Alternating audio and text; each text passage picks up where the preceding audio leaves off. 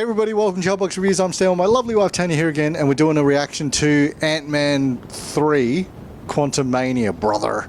No, it's not freaking WrestleMania, Hulkamania. It's Quantumania.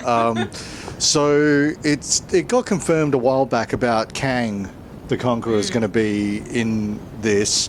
Yep. And I'm not saying like I was disappointed overall with freaking Loki. Yeah. That reveal shocking. for Terribly Kang, shocking. but I did like that one line in it where he goes, you know, you think I'm bad? You haven't met the other versions of me. And I was like, oh, this is kind of interesting. Very cool. But there's a scene in Endgame. Remember when Thanos is sitting there and Thor's staring at him and Iron Man's staring at him and they're like, what's he doing? He's like, oh, he's just waiting. There's a scene when they go up to talk to him before they're about to throw down. He's got a bag and he opens up the bag and throws it down and their heads all come rolling out. And he goes, in my timeline, I killed all of the Avengers. I took them all out.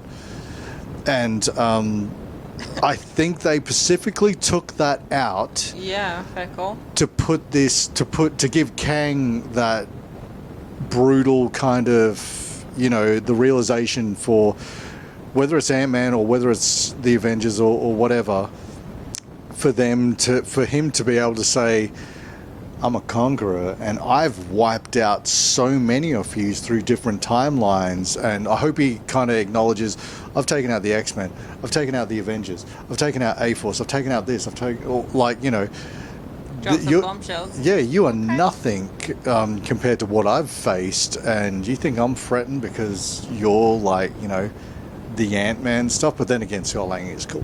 But yeah, is there anything you're thinking of? Like, I'm going in this completely blind. I did not know any of that, so this is great. You said when Michelle Pfeiffer showed up, and you were like, "Where the hell was she?" What, like, that was the question you asked. You were like, "Where's she been all this time?" And take us back to that world. And then when they announced this, you were like, "Oh, cool." But anyway, yeah. So, anything else you can think of? Nope. Let's do it. Cool. Go. Here we go.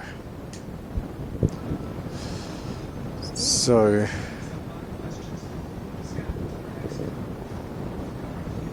Oh, he's super popular now. Yeah, love it.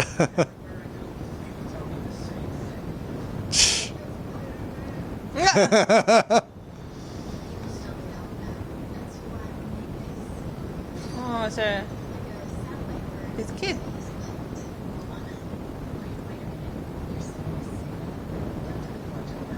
Oh dear.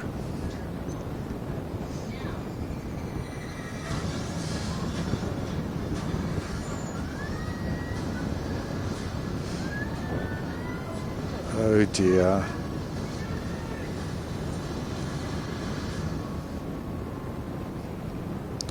Ooh, so it's all of them.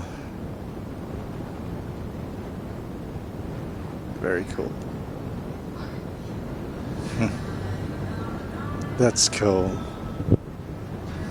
Whoa.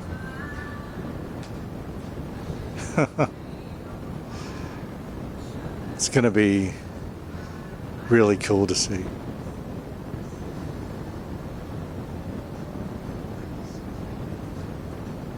That's what I want to know. Oh, she has. Did you see that? No, what? That was Kang. Oh. Or one of them.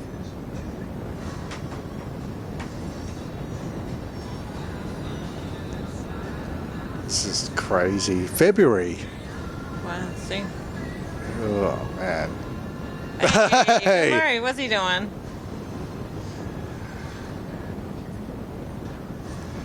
Whoa. I think that's him talking. It is. Oh, crap. He looks cool.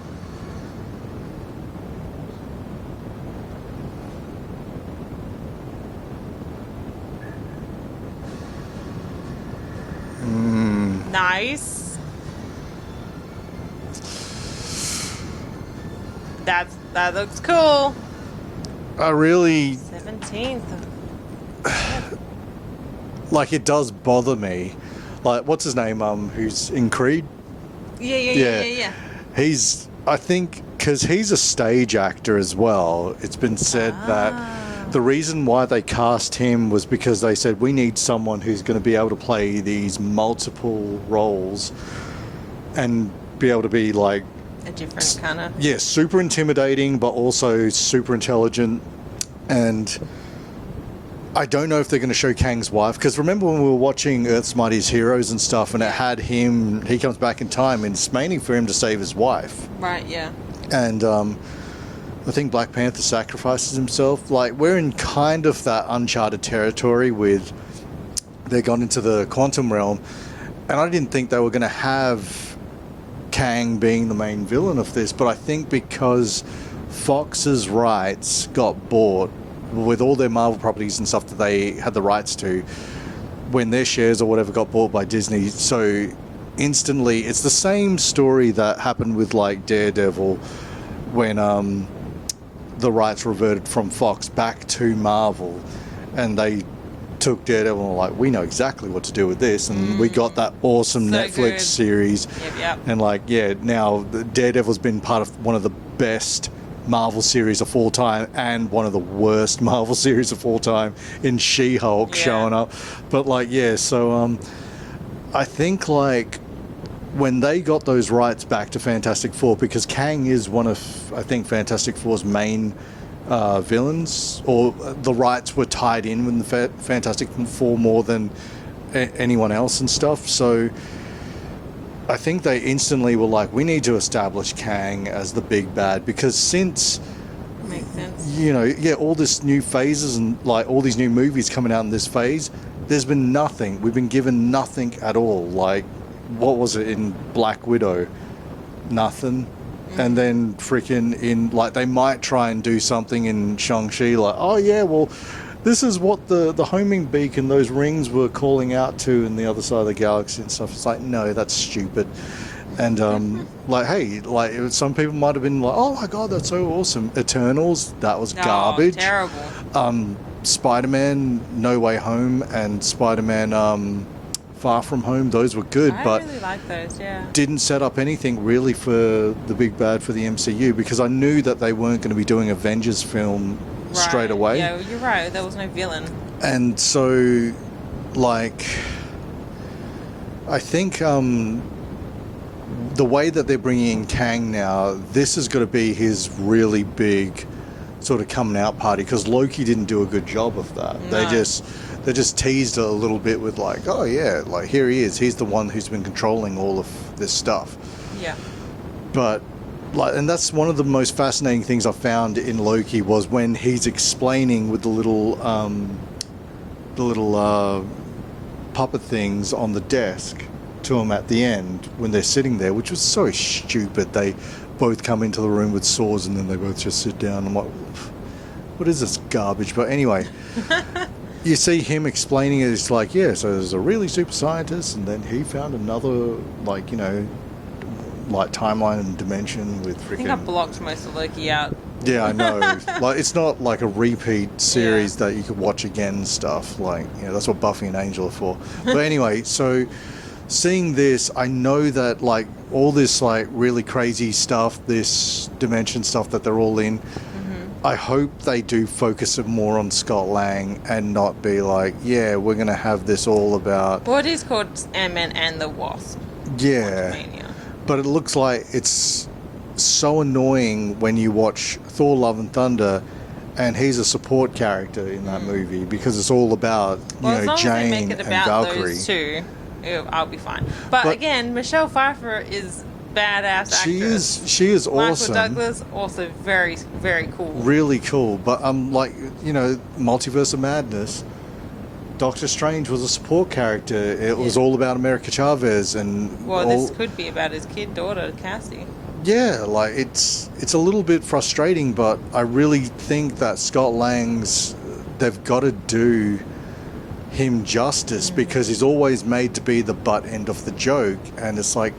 No, this is his movie. He's got to be that really kick-ass character and stuff. He's got to establish that... He's not a joke. Yeah, because when they cast him, and I was just like, oh, this is going to be so cool to see the banter back and forth between, like, what's his name, Paul Rudd and Downey Jr., like, you know, as Ant-Man and Iron Man, and to see the way that they play it up. But he's done a great job. I just don't like that they keep making him butt end of the joke, where it's like, because he's Ant-Man and stuff, but at the end when you have Kang saying that in the trailer, it's like, what's it going to be, Ant-Man? Because you kind of feel like, oh, he's known as Avenger now, and he's specifically the reason why, you know, Endgame, like when everyone was saved, because of him and his idea and stuff. He doesn't come back.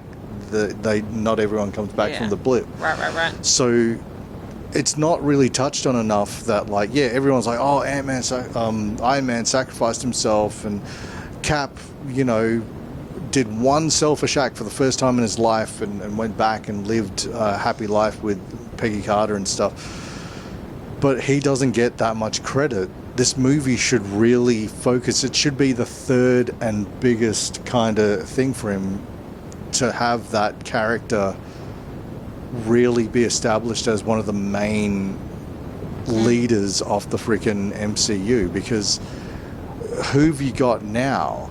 Like, Thor's was like not that good. Chris Hemsworth's fantastic, but they didn't do that character justice. They just made him a butt end of the joke. They made him Fat Thor, and then you've got Doctor Strange. They just, like I said, made him a side character. Like, Wong is a Sorcerer Supreme, and it's like, why would you do that? It's like, oh wait, equality and diversity. Ugh. But so is there anything in this you saw that you were like, hey, that looks interesting, hey, I mean, the characters look amazing. The whole universe in the quantum realm looks fantastic, so I'm looking forward to exploring all that, because it looks like you got like kind of alien species down there, which is wicked. But that's what we thought. Let us know what you thought in the comments below. Check us out Facebook, Twitter, Instagram, and Twitch. And thanks for watching, guys. Bye.